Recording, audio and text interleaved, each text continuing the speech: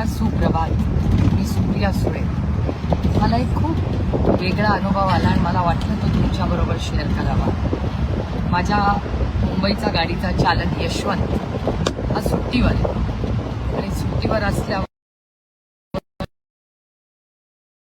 आले होते किंवा अशा वेळेस मग मी घरातला दुसरा ड्रायव्हर कुणाला तरी शेअर करतो. तर यशवंत सुट्टीवर असल्यामुळे आज मी एका ठिकाणी माझ्या घरापासून प्रभादेवीपर्यंत चालत जाताना परत जाताना मला वाटलं की आपण परत घरी चालत न जाताना टॅक्सीने जावं, ऊन यावं म्हणून. तुम्हाला आश्चर्य वाटेल की मला 22 मिनिटं एकही टॅक्सी मिळाली नाही. तिथे एक उबर उभी होती, पांढरी टॅक्सी. मी त्याला एकदा नाही 2 वेळा विनंती केली की मी पैसे देते पण मला तुम्ही प्लीज माझ्या घरी सोडा. तो माणूस ऐकायला तयार नाही. मी समजू शकते उबर असेल किंवा कुठली प्रायव्हेट एजन्सी असेल ती ऑनलाईनच बुक करता येते.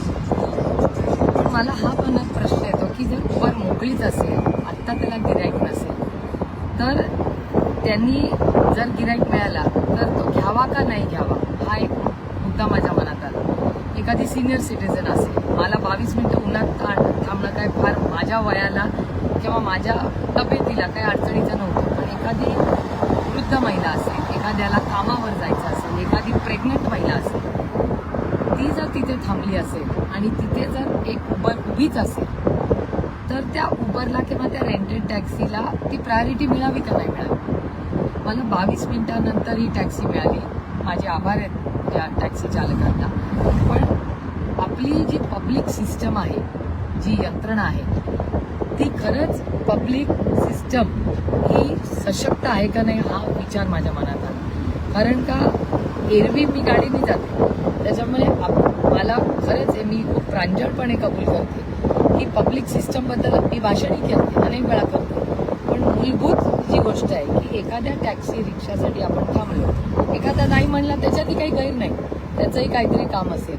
पण प्रभादेवीच्या चौकात 22 मिनिटं थांबून जर सीधा भैया, जर सीधा ले लीजिए वो टाटा गार्डन क्या लेफ्ट लेना है. थँक्यू भैया. जर आपल्याला एखाद्याला, माझ्या समोरून एक मुलगी आली, तिला कामावर जायचं होतं म्हणून माझी टॅक्सी मी तिच्यासाठी सोडली. कारण खरंच माझी पहिली मीटिंग आज 10 वाजता आहे, त्याच्यामुळे तिला जास्त गरज होती त्या टॅक्सीची म्हणून मी सोडून दिली. पण दरवेळीच मलाही ती टॅक्सी सोडणं शक्य असेल का.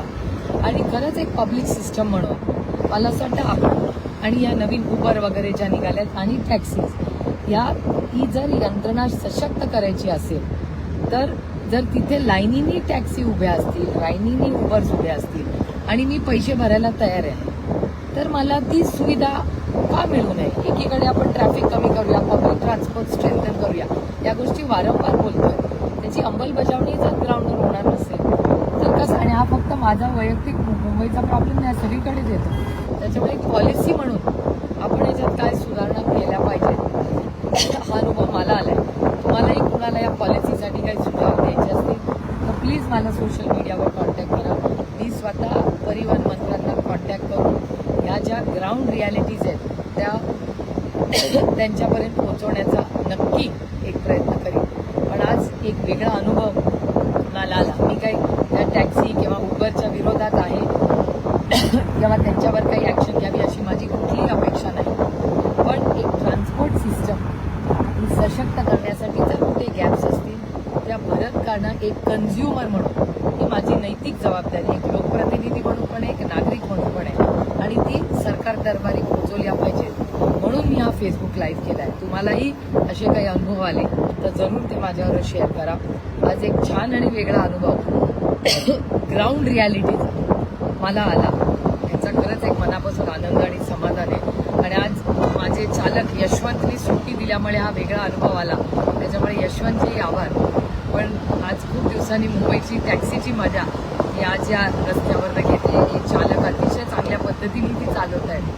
पण ते 22 मिनिटं मला घाई नसती, त्याच्यामुळे मला काही गैरसोय झाली नाही. पण एका सिनियर सिटीजन, प्रेग्नंट महिला किंवा ज्यांना कामावर आत्ता लगेच जायचं आहे त्यांनाही किती रोज गैरसोय असेल हाच विचार मनात आला. म्हणून मी हे फेसबुकला केलं. प्लीज तुमचा फीडबॅक जरूर मला करा. नमस्कार, जय हिंद, जय